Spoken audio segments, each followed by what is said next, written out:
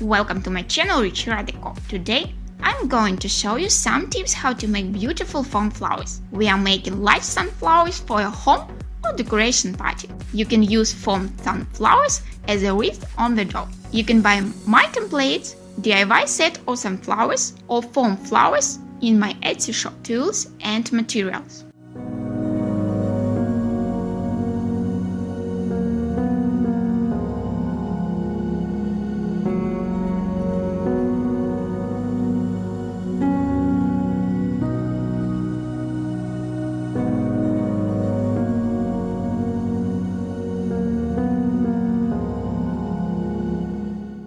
Cutting templates from the Foam for Flowers handmade thickness 1 mm.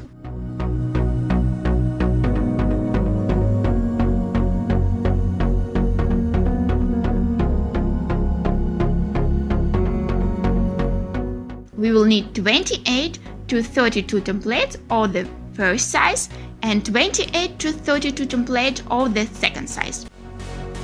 I'm shaping petals. Foam petals hit on the iron and twist.